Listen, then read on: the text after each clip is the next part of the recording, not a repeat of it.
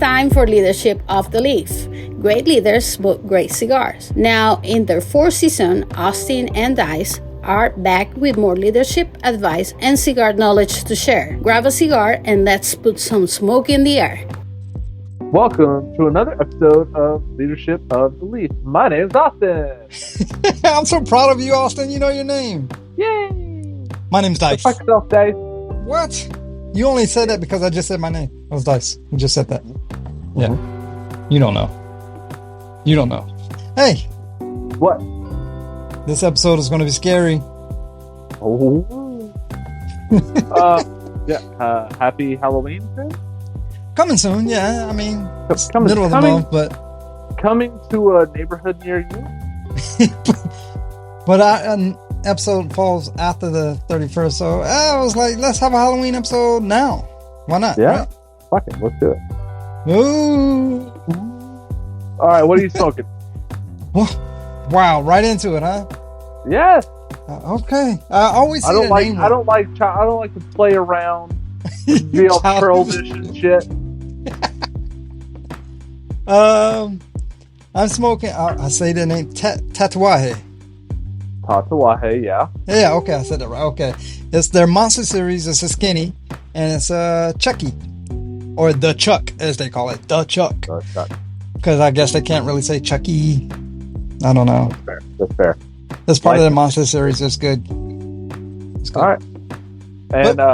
And what are you pairing that with? The whole reason I'm smoking this cigar is because I found people that know I like Child's Play. I like Chucky. I'm a little guy and he kills people. I'm a little guy and I murder for fun. Okay, maybe I don't murder for fun, but I got a Fanta. Fanta released a Chucky's Punch series, like soda. So would flavored you say soda. You want a Fanta? Fanta. Anyway, Chucky's Punch, Fanta, pictures will be going up. Yeah. So if I'm going to get the Chucky soda, I might as well get a Chucky cigar. And it's like a Halloweenish type episode. Only makes sense. Yeah. No? Yes. Okay. He said yes, folks. Yeah. So if I am smoking something Halloweeny, as you like to say, No. what do you got? What are you doing? What's up? What's happening? All right. So I'm a band whore. Everybody knows you're a band whore. And I found me not necessarily a Halloween cigar, right? Like I did my best. I could not find a filthy Gooligan. I don't have anything Monster Series, right? But what I did find is I found a cigar named the Devil's Hand. Now, the Devil's Hand is by Esteban Carreras. And Okay. there's a cool story that goes along with this. No way. cigar. No. Is it story Yeah. time? It's story time. Yay! As Story the time with story Austin. goes. Gonzalo Fuentes, who runs the Esteban Carreras factory, once worked as Cuba's Ministry of Agriculture, and in particular, the group responsible for tobacco production. Fuentes and his colleagues were tasked with developing improved Corojo seeds, so they used positive selection to select the strongest plant. So, take for example, you start with 100 plants, take the seeds from the best 5, plant those seeds, and repeat the process a few times to get outstanding seeds that should result in outstanding plants. However, they didn't give the best seeds to the government. They were kept and smuggled out of the country, while less desirable seeds were handed over. Thus, they had taken the crop from their devil, aka Fidel Castro, and his regime. So, they took it from the devil's hand. Ta-ta.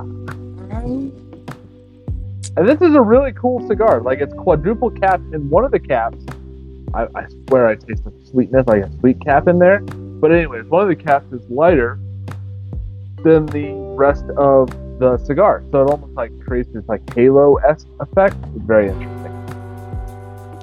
That's pretty. That's actually a pretty good story, man. I mean, it looks Corojo-ish. It looks like a deep Corojo, like a dark Corojo or whatever, double Corojo, something. It looked amazing. I'm hoping it's good. Me too, honestly. I have not tried this. There's more at this store where I pick these up at. So if they're good, I may have to go back and go get some extras and then send you a couple so you can try them. Because I'll never be mad at that. Well, yeah, it's free cigars. Why would you be mad at free cigars? You can't fucking be mad. If you are, you're a fucking loser. I'm really looking forward to. I smoked one of these before. I really enjoyed it. It's a skinny, so it's Lancero shape-ish. Yeah. About 6 by 52, 5 and 7/8 by 52, however you want to look at it. But as you shared your story, and I was engulfed in everything, your storytelling it kept me. What are you drinking? What are you drinking? I am drinking. So I did this purely because of the bottle, but it's the Sexton single malt, and it has the skeleton with the top hat. You're right, it does. Halloween skeleton. I can see that. Yeah, I see that. All right. Just trying. Also, is a half full bottle. You know me and half full bottles. Well, I'm gonna have to go full disclosure. Even though I am pairing my cigar with the Chucky Punch. Bottle. Oh, nice. Bye, bottle. I am also enjoying my cigar with the adult beverage of whiskey. Jameson, to be exact. Yeah.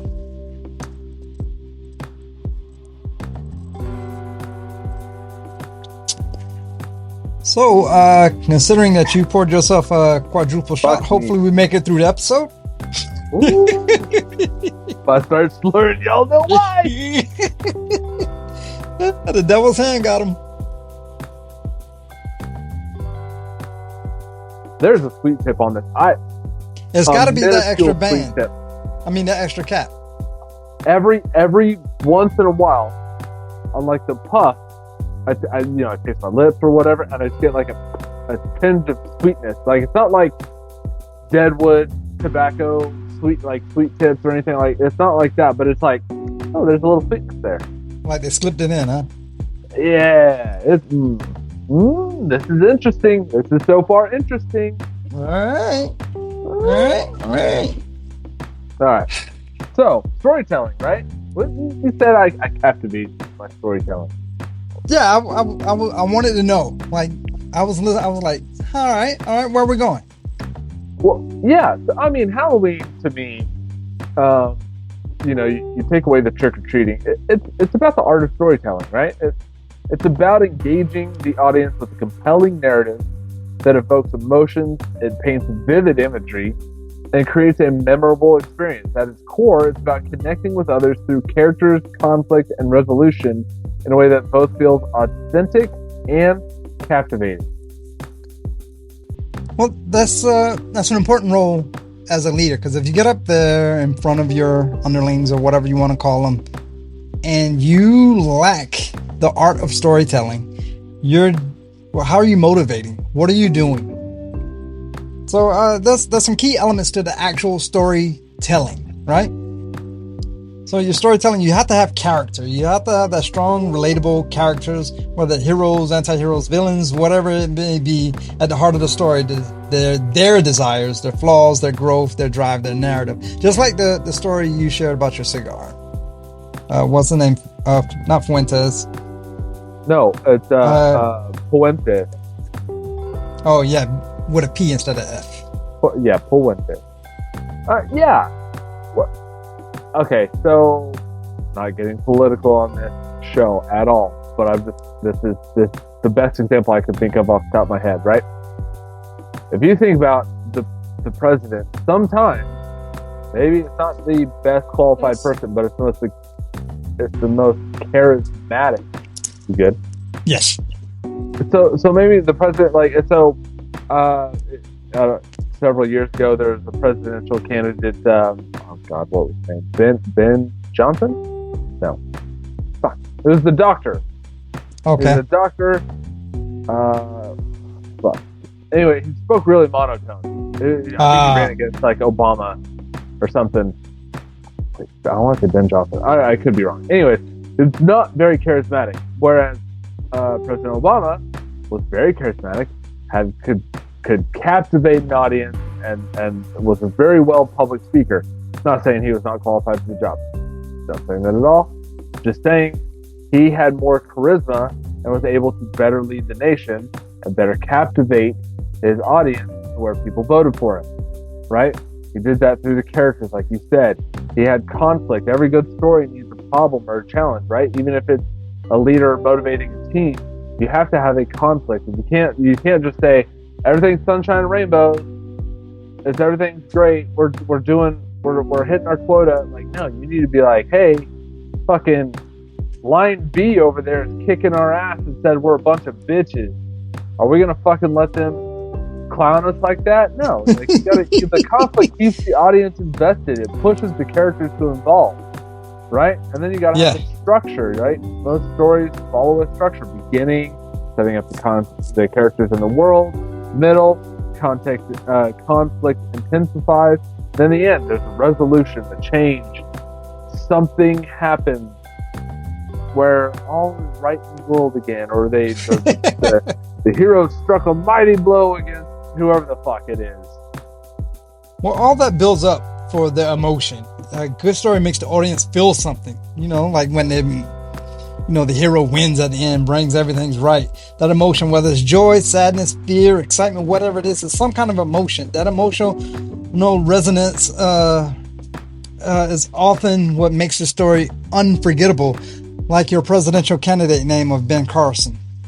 Ben Carson, thank you. Yes, you're welcome. I could just hear the audience now going like, "It's Ben Carson, you jackass." Yeah, dude, I'm sorry. It's been a hot minute, but I was like, the dude was monotone. Yeah, I mean, he had no theme. The underlying message or meaning of his story, which might address universal truths about life, love, and identity and loss and stuff like that. He would never build that because he was so monotone with everything that he was sharing. Well, it was also a pacing or timing thing, right? Like he's doing uhs and ums and ahs. Like pacing and timing is how you build tension and release it just at the right moment. Too slow, the audience loses interest. Too fast, the impact is going to be lost, right? Like if I'm like, oh my god, I did this, and then this happened, and then whatever. Like if I go view no build up, you're like, whoa, I can't process that many emotions that quickly. Like, fuck. Yeah, we died. And we died. What? What? Wait, hold on. What? Do you want World War III to happen? This is how this is going to go down. Like, hold on. Wait, what? Back it up. World War III? Huh? I'm confused. Why? Yeah, why? Well, all of that, I mean, those are like key elements of story making, right? It's all about finding that balance between all those elements we were talking about. They create something that sticks with people, kind of pushes something in their craw there, in their brains. When storytelling is done right, it feels like you're more than just a series of events. It feels like an experience. And that's what you want to try to do, especially if you're up there trying to motivate your team or doing whatever, especially as a leader, up and coming leader, a strong leader, a seasoned leader, however you want to, what kind of leader you're trying to be or become. You need that art of storytelling. And we got some 4 steps to share about leadership storytelling. Well, yeah. So, like, I was telling you the story of how I got this cigar today, right? Yes. And you were like, what the fuck? What? How did you manage this? So I'll share with the audience, right? Okay, so this cigar, and Tarantino this, came from a car wash. Car wash? Cigar? This morning, Dice sends me a text. I was like, hey man, hope you didn't forget. It's our Halloween episode. I was like, fuck. I fucking forgot. It was our Halloween episode. Obviously, I need a Halloween-esque cigar. So, I load up, get in the truck, and I go to my local tobacconist. They did not have what I was looking for. Originally, I was looking for a filthy Gooligan. Ooh. Couldn't find it. Oh. Couldn't find it. So Boo. the thing I had was online. It's not going to get here today. Right? Doesn't work. So, I was like, fuck me, man. I'm going to have to go empty-handed, or I'm going to have to go try to finagle some shit in a long railroad of ways to get to Halloween from a lot of my cigars that I have in my humidor. It's not going to work. So I was sitting in my truck in the parking lot, and I was Googling cigar shops near me, and I found this one cigar shop that was called Barney's Smoke Shop. I was like, hell yeah, man, Barney's Smoke. That's just, let's go. I don't know what the fuck it is, but it sounds good. So I was like, Google, take me there. And Google's like, all right, got you, boss. Hell yeah. So I drive, I pull up, and I roll up to a motherfucking car wash. I was like, Google, you fucked up. You brought me to the wrong goddamn place. Hey, Ron. Yeah, you dumb motherfucker. And I was like, so I went on the website, and it was the website for the cigar shop took me to this car wash's website. I was like, what the fuck is going on with life right now? So I just happened to hit, they see, the 3 bars up in the top right, and like the menu on the mobile sites or whatever. And I was like, fuck it, maybe it's under here. I click, there it is, Barney's Smoke Shop on the menu. This fucking car wash's website. What the fuck is going on right now? So I click it, and it said located inside this car wash. What? So I'm sitting there staring at this blue and white building, as all car washes are fucking blue and white, right? Ain't no fucking way there's a goddamn cigar shop in there. Alright, fuck it. I'm going in. I gotta go in. And so I go in, and sure shit, straight ahead of me, there's a fucking wall with windows, and you can see the car wash going through, and it's got all the pretty dancing colors and shit. And I was like, that's a goddamn car wash. But I see off to my right a fucking humidor. I was like, oh shit, there is a humidor in here. I'll be damned. Let's go see what they got. Went in, it was a smaller humidor. They had an actually decent selection. I saw Rocky Patel, I saw Alex Bradley, I saw Diesel, I saw M by Macanudos, I saw Macanudo Inspirados, I saw a white in there, by the way. Oh, nice. I saw a fuck ton of stuff. I was like, oh shit, they have a little bit of a selection. I saw Nubs and Camachos, which I almost got a Camacho. They had a bunch of stuff. I was like, well, all right. So I was looking up and down at the Alex Bradley stuff. Found Magic Toast. I was like, ooh, I'm in the right section. I saw Filthy Hooligan for St. Patrick's Day. No Filthy Gooligan. And I was like, motherfucker. All right, well, I'm here. I drove all the way out here. Let's see what else they got. So I was scanning the shelves, and I just happened to see this band. Pictures will be up on Instagram at Leadership is Elite. And I saw it said Devil Tan. I was like, ooh, Devil Tan, Halloween. I can make that work. And I was like, this band looks fucking. Tell me that band looks bad. That band looks badass, and I also like the way it's kind of like the sleeve that you have looks like ash and fire and brimstone. Yeah, smoke and shit. Yeah. So anyways, I picked it up. Long story short, I picked it up. Sent Dice a picture. He goes, I've never seen that shit in my life. I was like, me neither. I'm like smoking tonight on air. He goes, all right. And then it turns to it's a cool ass fucking story behind it. Fuck I probably would have drove off. I'd probably been mad, be like, this is a fucking car wash. I don't think I would have went in. I was this close. I was like, there's no fucking way. And I was like, there's got to be something more to the story. Like, were they here at one time and then closed, and Google just hadn't updated? So I was like clicking on it, and I was like, it said website, and then it said located inside. It said located inside the car wash on like Google page, and I was like, ain't no fucking way. So I clicked on the website, and that's when I found it. I was like, I'll be fucking damned. A cigar shop inside of and they were really nice. I walked in there and I perused, picked out my cigar, and they had some more humidors, like cabinet-esque humidors on the front, outside of the humidor, like the main walk-in humidor. They had some really good selection of stuff, and I was like, okay, cool. Yeah, they were really nice and checked out. They're like, oh, leave this one for you. I was like, yeah, just this one for right now. They're like, would you like some matches with your cigar? By God, I would. Hot damn it, yes, I would. Are they car wash? Yeah, I was gonna say, did they have a logo on the mug? Yes. Yes, they did. It was a car wash. Now, totally derailed what you just said. Do you keep matches or whatever from places if they are like from that place? I put them in a drawer and then I'll throw them away eventually. If I don't use them, I throw them away. I tend to keep them. I have moved enough in my life that I just I purge every so often. And I'm like, fair enough. Very fair. Very fair. Can't argue with that one.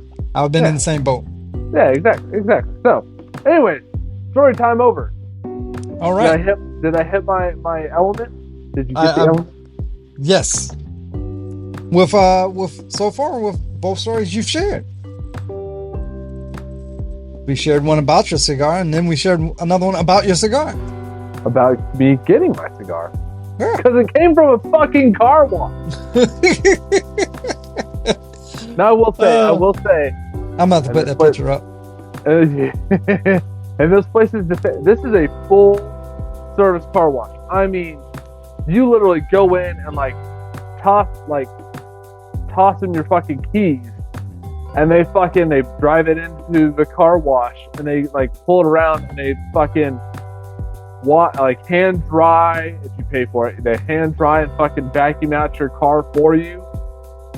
So it kind of makes sense. You smoke a cigar while you're waiting on your car to finish, or you go peruse the cigar shop while you're waiting on your car to finish. I wonder if the owner or whoever is that car wash was like, you know what? I like cigars. I'm gonna just make this a cigar car wash. I don't fucking know, but I'm goddamn glad he did, because now I have another tobacconist. Not really. Another cigar store to go into and peruse. Because they had, like I said, they had diesel in there. How many people carry diesel in their cigar shop? Not that many. Not that many, you're right. And diesel's that cask? Oh, and that was the first thing I saw. Sherry cask. Sherry cask, yep. Right there, front and center, right at eye level. I was like, ooh, okay.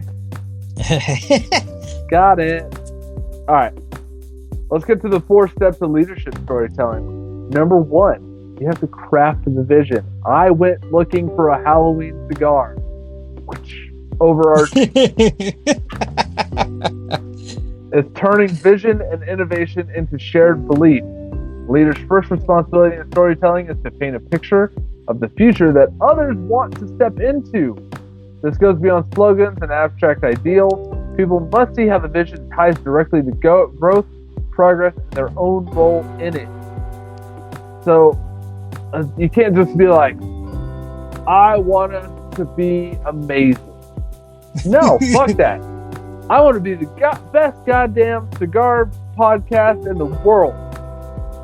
And how we make that happen is by everybody doing their fucking part. Like a sports team. I want to win the championship of whatever sport you're looking at. Right? The Lombardi trophy, because football's going on. Basketball just started up. So I want to hoist the Larry O'Brien trophy. Whatever it is, right? Yeah. That's how I do it. How do we get there, right? We got to define a clear and compelling future state. The vision should answer, where are we going and why does it matter? We want to be the motherfucking best of the best of the best of the best with honor. The clearer the destination, the easier it is for people to rally behind it.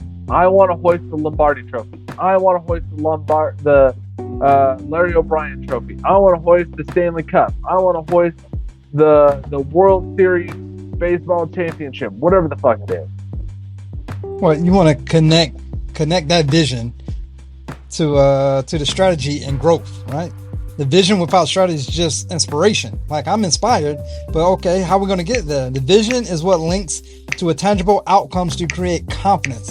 Your employees, the players, investors, customers, whoever it could be, they should see how that vision drive is a real progress. Like, I want to hoist the trophy up, but it's not going to be an easy road getting there. We have to train. We have to do this. We have to get so many wins. We have to do that. And we have to put the ball in the hole. We got to run yards. We got to do, how are we going to get there? The vision has to be there. You have to connect that vision to a strategy. Right. Yeah. Well, and you also have to make it memorable and emotional, right? Like, as Maya Angelou reminds me, people may forget your exact words, but they'll never forget how your story made them feel. Emotion builds loyalty and belief. Yeah. How do you feel when I say, guys, at the end of this season, we do everything right, we can hoist the motherfucking best of the best of the best trophy, and nobody in the world can fucking come at us. And we can have a parade down fucking Main Street, and our fans are going to be there. They're going to be cheering. They're going to have fucking confetti filling the air, and all of it's going to be based on your hard work. And I don't really know what this guy's talking about, but I'm excited, and I can't wait to win. Yeah. All I want to do is fucking win. I want to be like DJ Khaled in this bitch. All I do is win. Wait, no, another one? You got to be the storyteller in chief. Yeah. You know, someone who makes the future vivid and worth pursuing. A great leader doesn't just describe the destination, they ignite the passion for that journey. Like, this is just our first step, guys. This is just our first step to greatness. Yeah. Yeah. And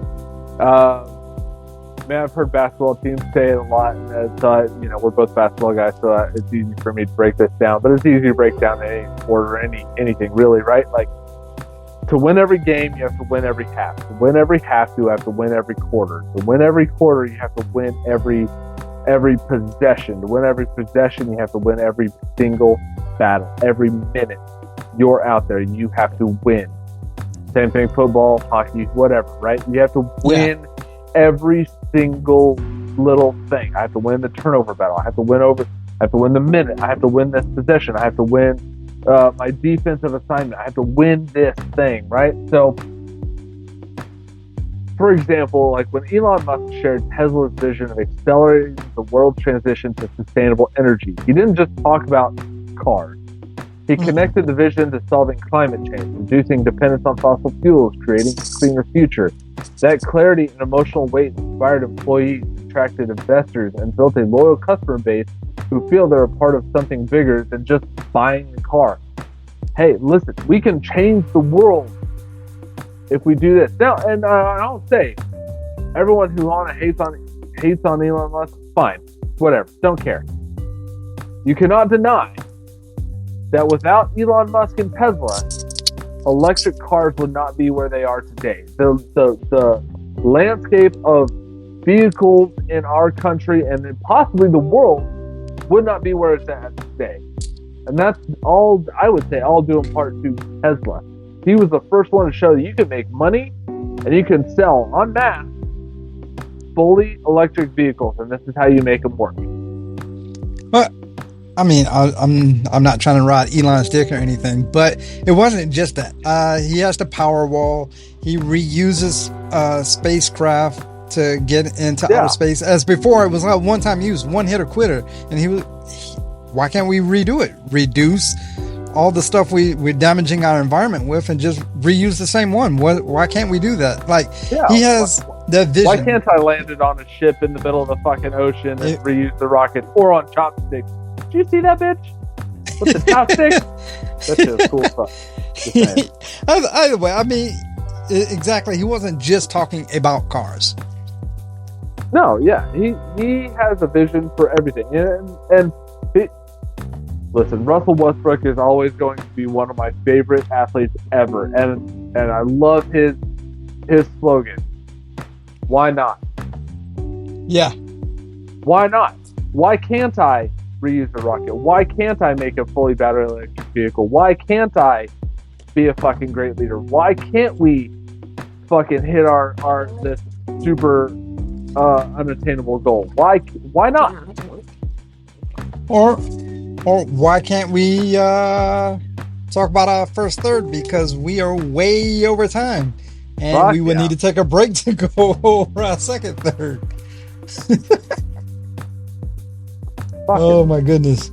We got too captivated with our storytelling. Yeah. All right, so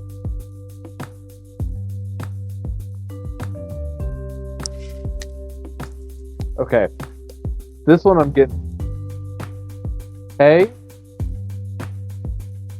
There's a little bit of cocoa and some black pepper in there, which is kind of what I expect from a Corojo. I don't taste that sweet tip as much, but the draw has also gotten a little bit stiffer. Yeah?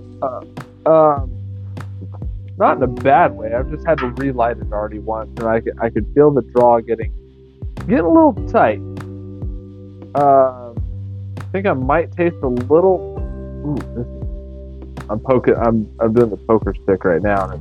Okay. Did I poke through this? I did poke through this. Put your thumb on it. But anyways, yeah, a little bit cherry, but okay, it's good. It's honestly, it's really good for ever having it. I'm impressed so far. Mine starts off, I mean, a little chocolatey. I don't want to put like chocolate on the like full chocolate, but there's a slight chocolate with a musty earth-ish. In the background, I can get some white pepper, and I retroed a little bit, and I didn't cough, so I retroed correctly.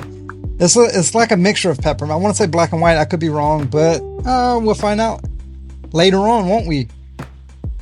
Yeah. All right. As I said, we went over. We're going to take a little break real quick, and then we'll smoke a little more so we can get down to our second, third, and start there, okay? Sounds good. Right. Don't forget, we need to follow the podcast so we know when new episodes drop.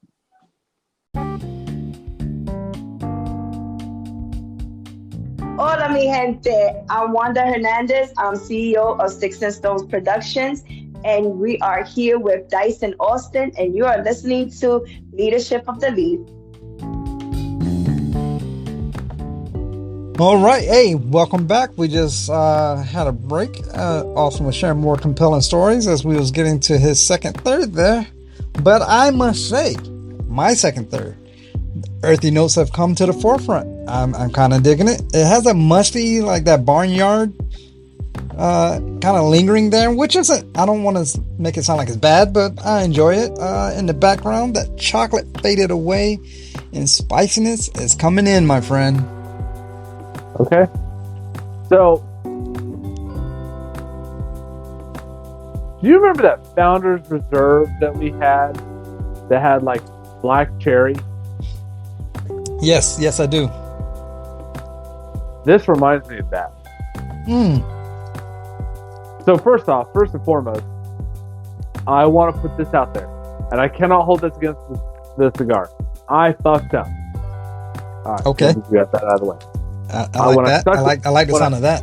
When I stuck the poker down there, it was so tight, it split. The cigar split in a couple places. Again, can't hold that against the cigar. 100% on me. Now, that being said, the flavor note. I am getting, there's like a black cherry or a cherry-esque component with like chocolate, little musty earth barnyard, and there's a spicy component. I want to say it's not, I don't think it's black pepper, but I want to say like maybe red pepper or baking spices. Okay.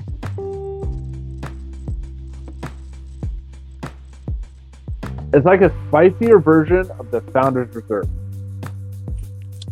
That I can deal with. That I like. This is fully impressing me right now. For never having even heard of this cigar brand, let alone this cigar. This is impressive. I'm gonna have to see if Uncle Roger has it. He may not. I don't know. But the largest humidor on this side of Mississippi. Well, I'm on that side. Well, actually, I'm on the other side of Mississippi because I live like 20 minutes from the Mississippi. I will say that it's pairing very well with this whiskey. The whiskey that you haven't made a dent in? Shut the fuck up. Don't suck. I have made a dent in the whiskey. You fucker. You know what? What's that? Started celebrating to. I'm going to use the art of storytelling to get to the next point, which is to galvanize your employees. Oh. A vision, which we just talked about. Step 1, if you forgot, is to craft a vision. Step 2 is to galvanize the employees. A vision is meaningless if it stays in the C-suite or the upper leadership. For it to live, employees must feel it, believe it, and see themselves as part of it. Storytelling is that bridge that transforms a vision from words on a wall into a shared mission people act on every day. Again, I go back to sports because it's really easy. It's an analogy I know. Especially college football. I see ads and videos all the time of like college athletes as they're walking out of the tunnel. They say like it says like believe it or win or you know make them feel you or whatever it is, like right above the door, and all the players smack it as they go on. Yeah. The field, just being like, hey, boom, remember, whack. Let me touch the vision. So I can remember I'm part of the vision. I need to make them feel me. I need to make sure I believe it. I need to make sure I win the possession. Whatever the case is, like whatever it says above your doorway. It goes from words on a wall to them acting it out. You have to share that story internally first. Before telling customers or investors, employees must be convinced. If they don't buy in, the story falls flat everywhere else. If you go in and you were to talk to, I'm trying to think of a company that has a really good story, but I keep coming back to is Tesla, right? Like, so if Tesla went in and they're like, hey guys, we're going to make the best damn electric vehicles and reusable stuff in the world, and people are like, yeah, all right, whatever. They probably wouldn't have changed the world, so to speak. Right. They had to sit there and believe, like, hey, we can make this happen.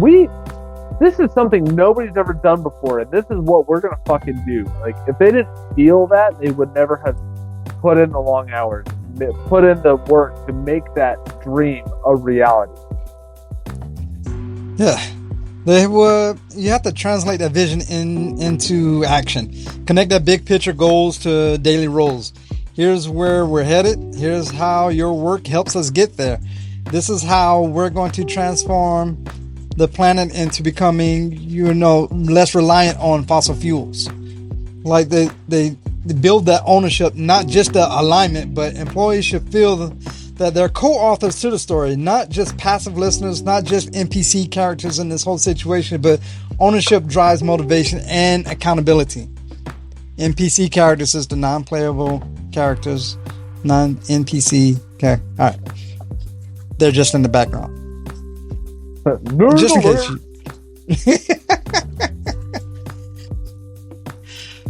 forget you. Yeah, well, and they also reinforce it regularly, right? The vision shouldn't just be a once-a-year town hall message. Repetition, recognition, and storytelling moments and meetings keep it alive. There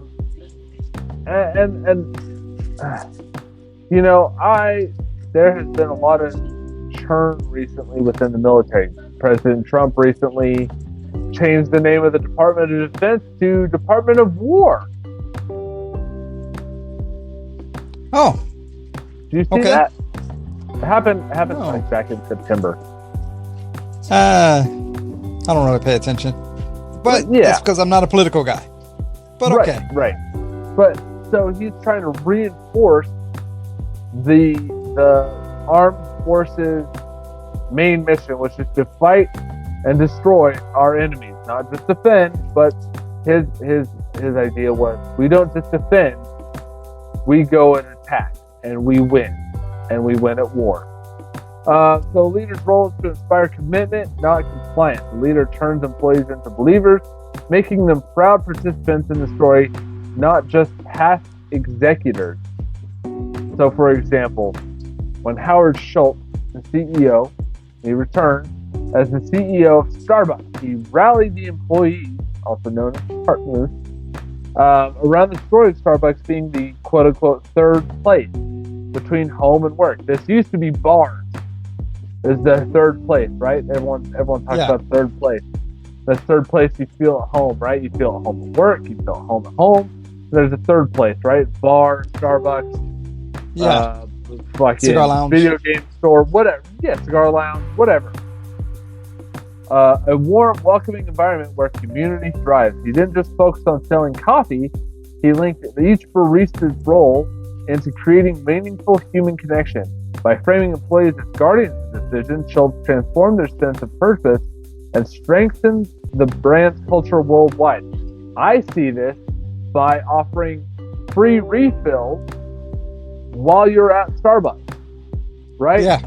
So that makes it easier for me to go, oh, I'll go to Starbucks, I'll get some work done, and I can drink for whatever the price of a cup of coffee is, right? Whatever a cup of coffee I get, $14, $15, whatever it is.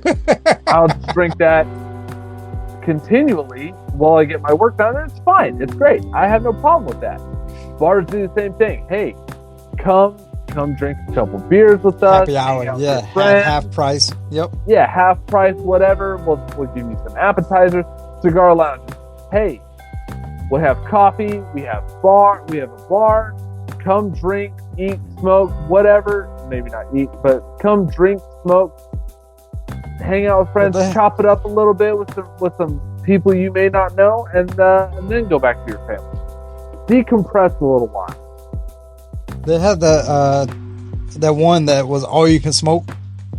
They used to have that set up. I don't know how long that lasts, but I remember that, and I was like, I'm there. All you can smoke? Shit. For what, $12 or how much ever it was. I was like, I'm down. If I smoke 3, I'm good. If I smoke 2, I break even. 3, all right. Shit.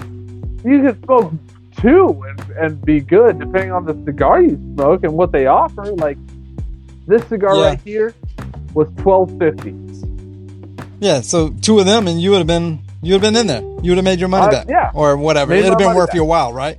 Yeah, buy one get one free. Done. Yeah. Everyone likes free. Yeah, we had a whole episode on that. Really?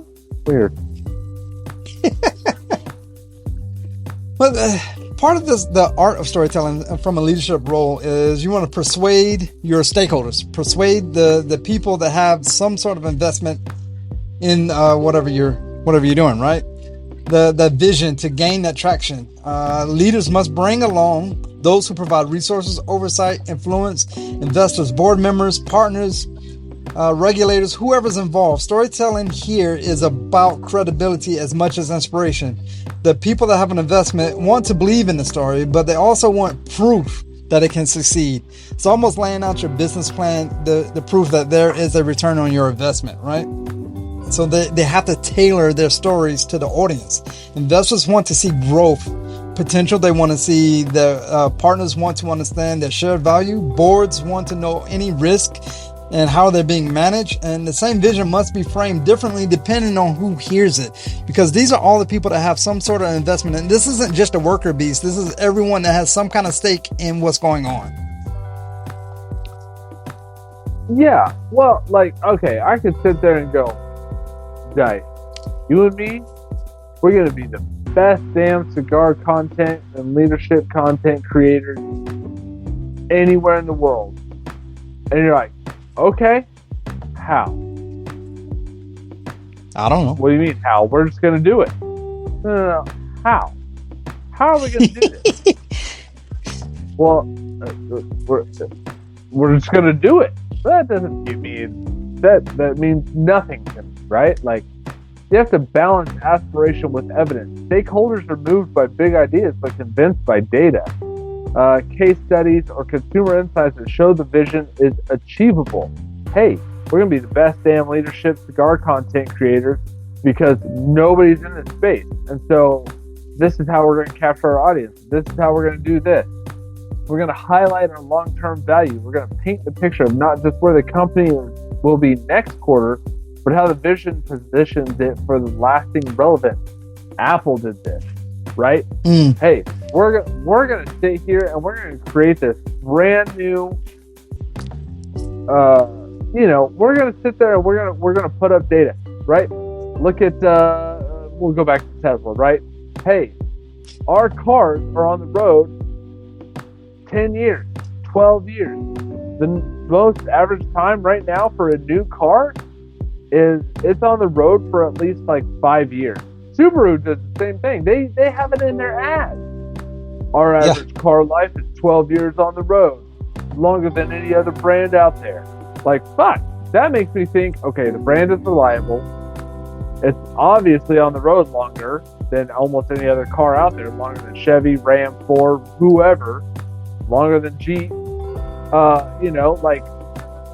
Okay, that makes me feel pretty good about it. So obviously, that's highlighting that long-term value, right? They're going to build the trust through transparency, acknowledge the risks and challenges openly. Hey, it's going to take a lot of work to get there, but I think we can do it. Stakeholders respect a leader who doesn't just tell a shiny story, but addresses reality head on. Hey, this is going to take a lot of work to get there. We can be the best damn thing that's out there. But here's what it's going to take to get there. Here's the risks, and here's how I want to mitigate them. Here's the challenges. Here's how we overcome them. Boom, boom, boom, boom. Here's this, but we can overcome with this. Yes, if this. Don't say no. Yes, if. It doesn't just show you sitting at the bottom of the steps and then magically you're at the top of the steps. You have to share the story of how each step is going to take you there. The bumps and bruises that you're going to may challenge along the way, or you may not challenge along the way. But we got to take each of these steps to get there. That leadership role, you have to demonstrate the thought of leadership and credibility. The leader story must show ambition, but it must also reassure stakeholders that resources, strategy, the execution align with all that ambition is how we're going to take each of these steps up. And I mean, a great example of that is Padron Cigars. Anybody that's going to look at the history of Padron Cigars, I mean, when Jorge took over the leadership of Padron Cigars after his father passing, R.I.P., he told a story that honored tradition He told a story that honored tradition with pointing to the future instead of chasing the big ring gauge, which you probably remember was a trend sweeping the market a couple of years back. I mean, it was there. Everybody was making fucking huge ring gauges. Jorge doubled down on what made Patron unique: the craftsmanship, the consistency, and to include the family legacy. He backed the story with strategy by keeping production small, controlled in Nicaragua, the customer insights of his loyal smokers value quality over fads. He also influenced the transparency by limiting releases that celebrated milestones in the brand's history. That goes back to building that legacy. His credibility turned restraint into strength, ensuring Padron remained one of the most respected names in premium cigars. And I don't. You probably know some of the legacy brands and stuff. Some of the ones that he did bring out. Yeah, well, like the Hammer, the 50th anniversary to celebrate 50 years in the cigar making industry. Hammer refers to the signature Padron family hammer used to pack tobacco for consistent smoke. Padron Black PB99, a limited edition honoring what would have been Jose Orlando Padron's 99th birthday.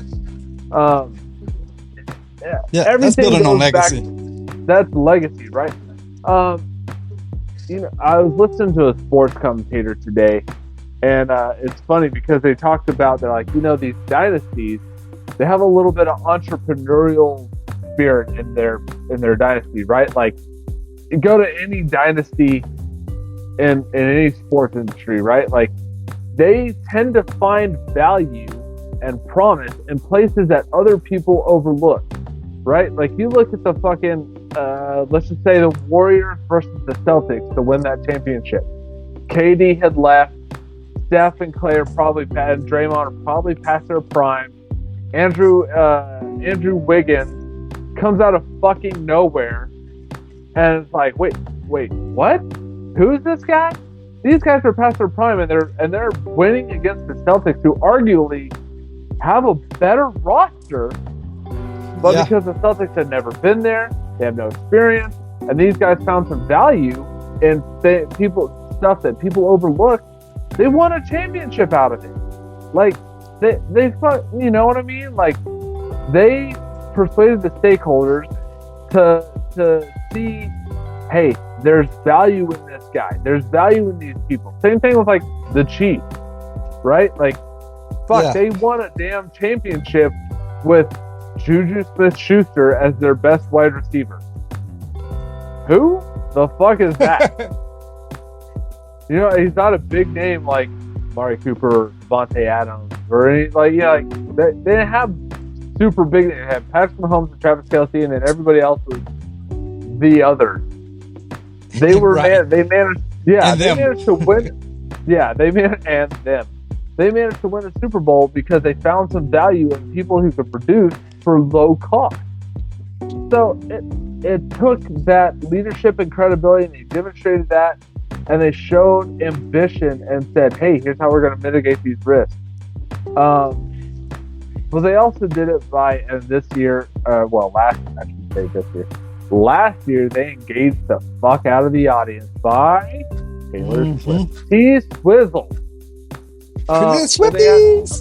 They had to engage the customers, right? The final step in leadership storytelling is ensuring the story resonates with people who matter the most. The customers. A vision may inspire internally and reassure stockholders, but if it doesn't connect with the customer's needs, values, and emotions, it won't create growth. It's kind of funny that this gets brought up, and I'll explain why here in a second. But I'll explain it now, but I'll continue on in a second. So, I had to recently buy a new vehicle. Yes. Fast forward a couple months. I got a survey in my email today, and it said, hey, can you take this vehicle survey as to why you bought this new vehicle in this brand? Sure. It took me fucking forever, and a lot of the questions they asked is like, what does it matter to you? Does vehicles as a personality, extension of your personality matter? Do vehicles as like with the latest greatest features matter? You know what I mean? Like it was like, why did you buy this brand? What does it matter to you that you bought this brand over all of the other brands that are out there? And I had to frame, basically they framed the why of the customer. Customers don't just buy the product; they buy into stories that align with their identity. That was one of the questions. Does buying a brand that aligns with your values matter? Kinda. They buy into stories that align with their identity, aspirations, or problems. Leaders must clearly articulate why this product, service, or process matters to them. Ford, built Ford tough. Chevy, go anywhere. Fucking Ram. There's a new marketing strategy out there that said Americans can be anything but stop being American. And they have all the most American shit out there. Bald eagles, fucking red, white, blue streamers, smoke everywhere. America! Like, why? What is it for the customer, right? They have to capture the attention. So, not everybody, and there's people out there that go, I won't shop at Target or Walmart because they don't align with my values. I'll only shop at Whole Foods or Trader Joe's or Aldi because they align with my values more. All right, great. That's fine. And I'm not hating on people who do that. But that is a marketing strategy. Right. Well, with that survey, I mean, let's say you took that survey and they didn't listen or adapt. because that's part of engaging with the audience is to listen in depth. Customers' insights, such as your survey, are often the spark for innovation. Storytelling should be a two-way dialogue. Leaders must refine the stories as they learn more about how customers see and use their product. It's a truck, and you don't want it to break it, so it's built for tough, right? That aligns with what they wanted. I want a truck that's not going to break down. I want a truck that's tough. Okay, all right. Let's adapt our trucks to that. Let's differentiate. I can say that word. Yeah, through emotions. The functional benefits matter, but what customers remember is how a brand makes them feel. Emotion builds loyalty in ways that price and features alone never can. And there's people out there that I know growing up was like, I will only buy Ford because that's the American truck and all this type stuff. Hence the reason why Ram is doing theirs. That's why Toyota Chevy's like, I can go anywhere. All these are ways to try to inflict some kind of emotion on the customers to have them be loyal to their brand. Well, yeah, and they have to tailor the stories to different segments. Some audience may be the same as before, and others may be entirely new. Each group needs a story that speaks to their perspective. And this comes from, there's new generations out there, right? Like every generation is a little bit different. Like you look at the baby boomers. Yeah, we look at the baby boomers generation. They value loyalty and hard work. Look at Gen X. Right? Like they value fucking independence and self-reliability. You look at millennials, they value a little bit of tech. Look at Gen Z, and they value connectivity. Okay, great. All of that is different perspectives, and if you can blend it all into one, then you've got a wider audience for your shit. So the leader's role, be the chief translator of value, ensuring the company's innovation is framed as a meaningful, emotional solution to customer needs. All right, so example, when Apple launched the iPod, they didn't market it just a 5 gigabyte MP3 player. Instead, Steve Jobs sold the story as 1,000 songs in your pocket. That shift from technical features to emotional benefit transformed the product into a cultural icon. The story wasn't about storage, it was about freedom, lifestyle, and identity. By engaging customers with a story that matched their desires, Apple built deep loyalty and set the stage for future innovations like the iPhone. I remember when the first iPod came out, and it was like, because you're older. Wait, bitch, you're older than I am. Shut up. I remember. Well, it was funny because I was like, iPod. All right, cool. What's so great about an iPod? And they're like, you can have all these songs at the tip of your fingers. And I was like, God damn, that is. All the other MP3 players at the time were like, man, it had, I could fit 20 songs on there. Okay, that's nice, but I get tired of those 20 songs. What do I do? Well, you can't do anything. Like, you just have to erase some songs and put the other songs on there. Well, fuck, that's painful process. And then you get an iPod, and you're like, I fit every fucking thing I want on there, and I can create my own fucking playlist on iTunes, and I can just make for whatever mood I'm in. Hell yeah. Oh, and I can buy the music through iTunes, and I can just add it straight to my iTunes library, and I can just create a fucking playlist from there. Yeah, that sounds good. And then they're like, hey, what if we attached a phone to your iPod? Like, you son of a bitch, I'm in. Well, I remember the first iPad. I remember iPod or whatever, because I'm the generation that had the CD books. Like, you just flip through CD books and you got to change out your CDs. Fuck, I had all stuff. I had a giant fucking wallet of CDs. Yeah, it's like flip. You can fit 1,000 songs. 1,000 songs. That's like what, 50 CDs worth of music in this little thing. Yeah, I don't have to lug around my CD book. And I can connect it to my they had the fucking old tapes with the aux cord that came out of the tape that you could plug into your iPod. That's because you was a broke motherfucker. Goddamn right. I was broke. I was fucking 16, 17 years old. I was broke as a joke, man. I'm just laughing at you, man. I had the same shit. Did you see now that they have that same tape adapter you're talking about? They have that now as a Bluetooth. Did you see that? Yeah, it's the same same idea that you're talking about with the aux cable coming out, but instead of an aux cable coming out, it's a Bluetooth. So you put the tape in your tape deck, and now it connects to whatever device Bluetooth. If you still got one of them old school tape decks, yeah, I've seen it. I was like, okay, I mean, that's shit. innovation. I remember when it was crazy when you could plug into the cigarette lighter, you could plug in the fucking thing, and you could tune it to a radio station that was static, and then fucking Bluetooth connects your fucking iPod or whatever, your iPhone to that, and as long as the station was static, your iTunes would come in beautifully, and then you had to like switch as you're driving on a road trip, or you had to switch the radio station, find something that was just static, and you're like, yeah, that works. I had one of them when I went on business trips. Yeah, and now you have CarPlay. Yeah. Now you have CarPlay, and it doesn't matter, or you fucking just have Bluetooth in your car and you fucking listen to it. So it's a thing, right? Like technology obviously has evolved. I mean, shit. In my truck now, I log into my Spotify. My truck has an app store, and I downloaded Spotify onto my truck. And I just logged in on my Spotify account. Now I have my Spotify on my truck. Doesn't matter where the fuck I'm at. I don't have to Bluetooth shit. I just log in on my Spotify account and I do my thing. And listen to Leadership of the Leaf all the time. All the time. Yeah, but if you have a quick checklist, if you did a quick checklist for leadership storytelling, does the vision inspire emotion as well as logic? Check. Do employees understand and own the story? Are investors convinced by the strategy and evidence? And does the customer see the value and feel included? Okay.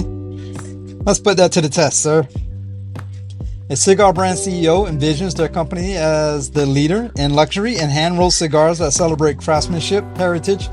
The vision connects to expanding premium markets, creating limited edition offerings, and emphasizing the sensory and emotional experience of smoking a fine cigar. Then the CEO educates the employees on the brand story, explaining why sourcing rare tobaccos, perfecting the rolling process, and providing exceptional customer service are critical. Employees understand their role in delivering a premium experience from sales staff all the way to the blenders.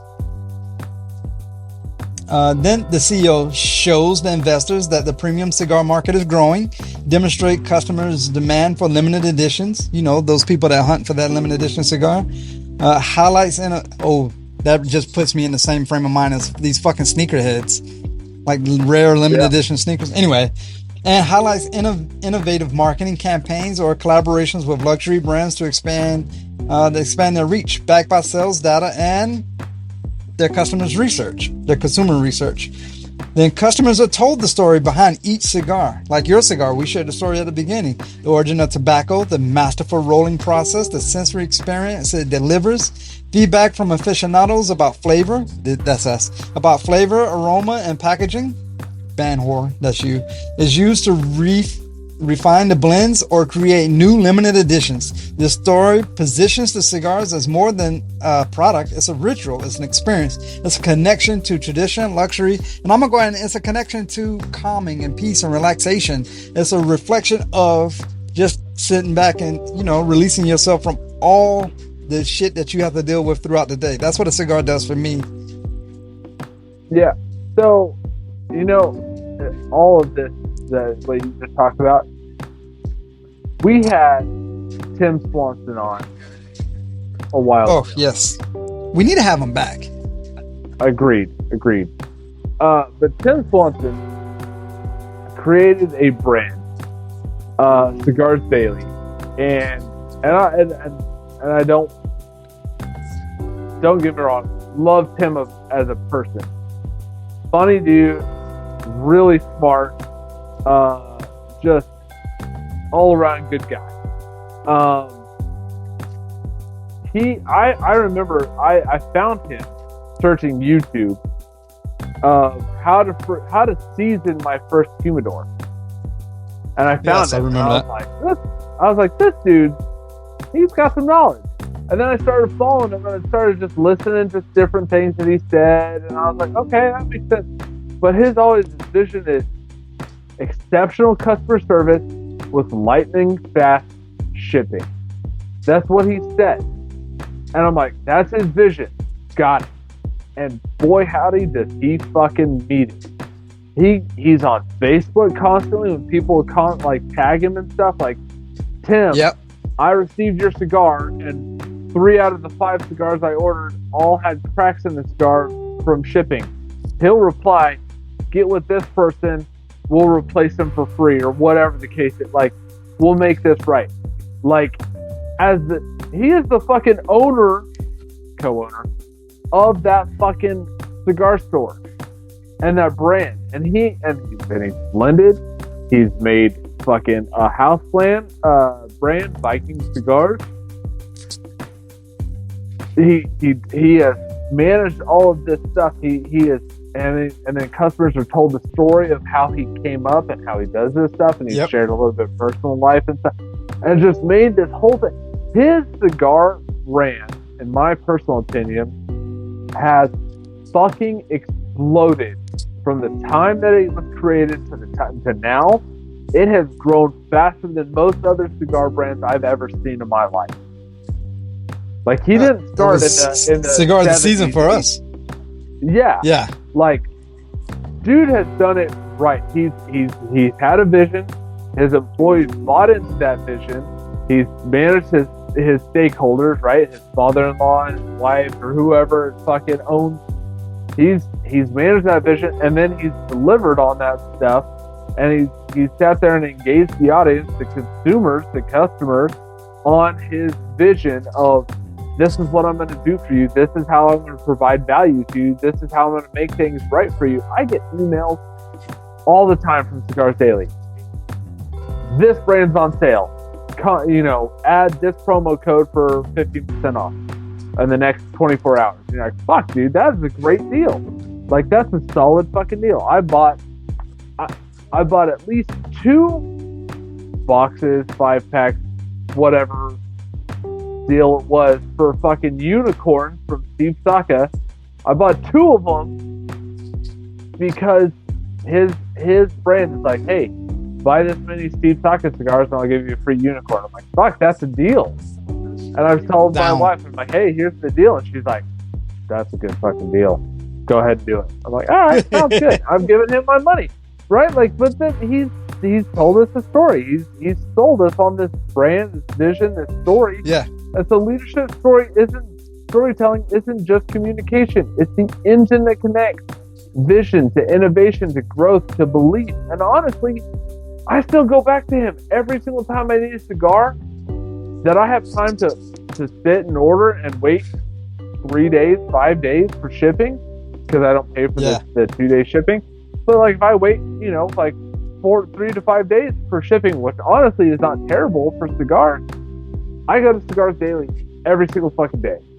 Every single day I go to him and I'm like, I'll buy from him. Unless he just doesn't have what I'm looking for. But then he's also on the YouTube channel where he's brought fucking cigar makers on to tell the story of their cigars. Right. Just like you're going to tell the story of your final third. Yeah, exactly. All right, so. Because I'm curious. That cherry is coming through with a little bit of chocolate. It's like chocolate covered cherry.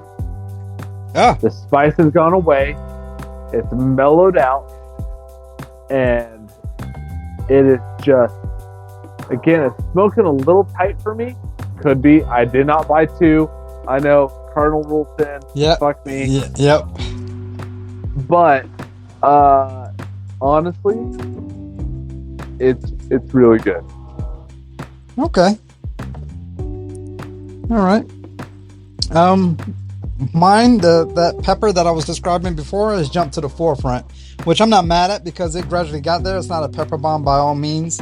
The musty earth is there. Chocolate has completely disappeared.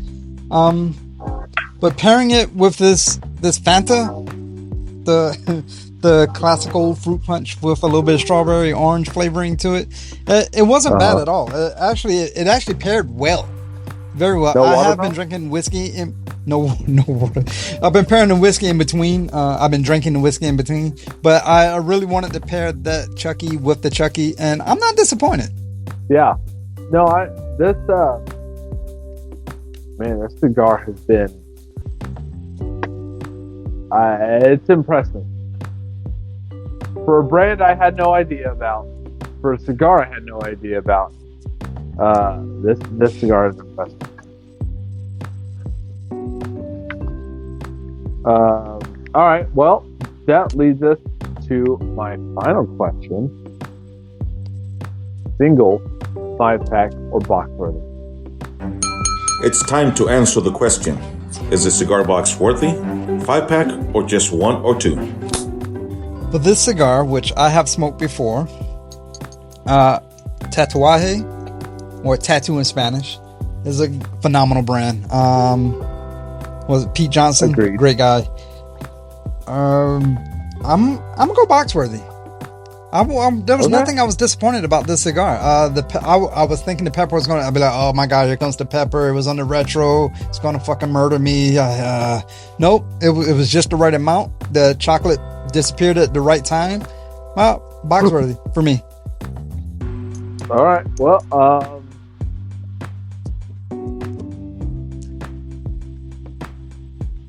I'm gonna have to agree. This cigar is absolutely 100% box worthy. I am beyond impressed with this cigar. For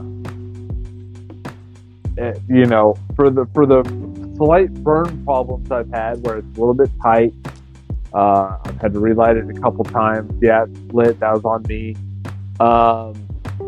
The flavor notes, out of this world. The blending of this cigar, where it just kind of melds into everything and then ends up mellowing out, phenomenal. This is the band, gorgeous. I will say box worthy for this cigar. Nice, very nice. Highly recommend if you find it, pick it up. It's delicious.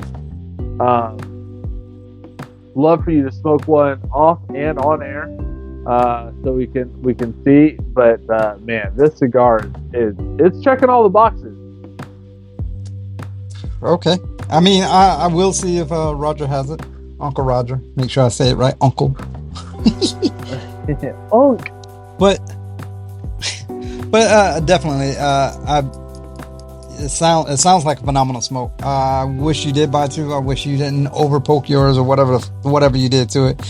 I mean, I thought you was a seasoned cigar smoker, but I hate you. I'm number 1. Got it. Yeah, it's okay. You can call me number 1 anytime, buddy. No, I mean it was tight. Now, so full disclosure, right? I bought this cigar today. I got home. And you smoked it today. And I smoked it today. So it didn't have to, it had, I'll call it 8 hours to rest in my humidor. Yeah. So it had 8 hours to rest.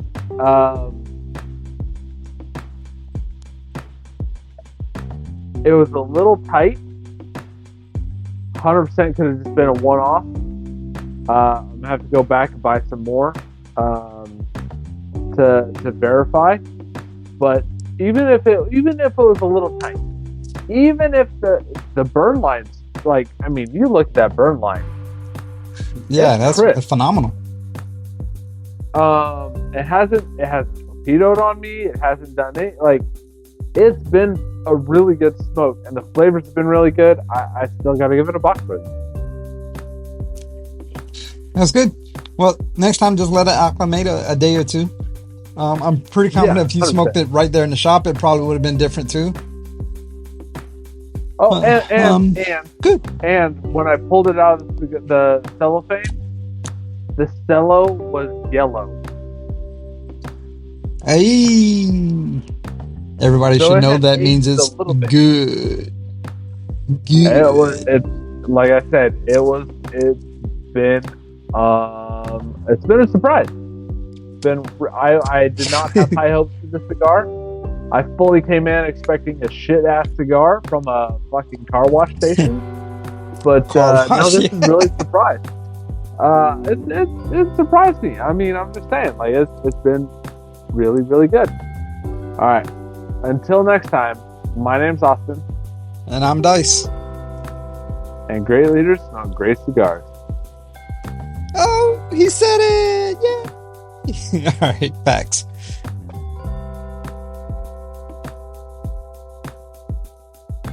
Thank you for listening to Leadership of the Leaf. The comments and opinions expressed by the host and guests does not reflect the opinions of those that broadcast this show, nor does it reflect any of our affiliates.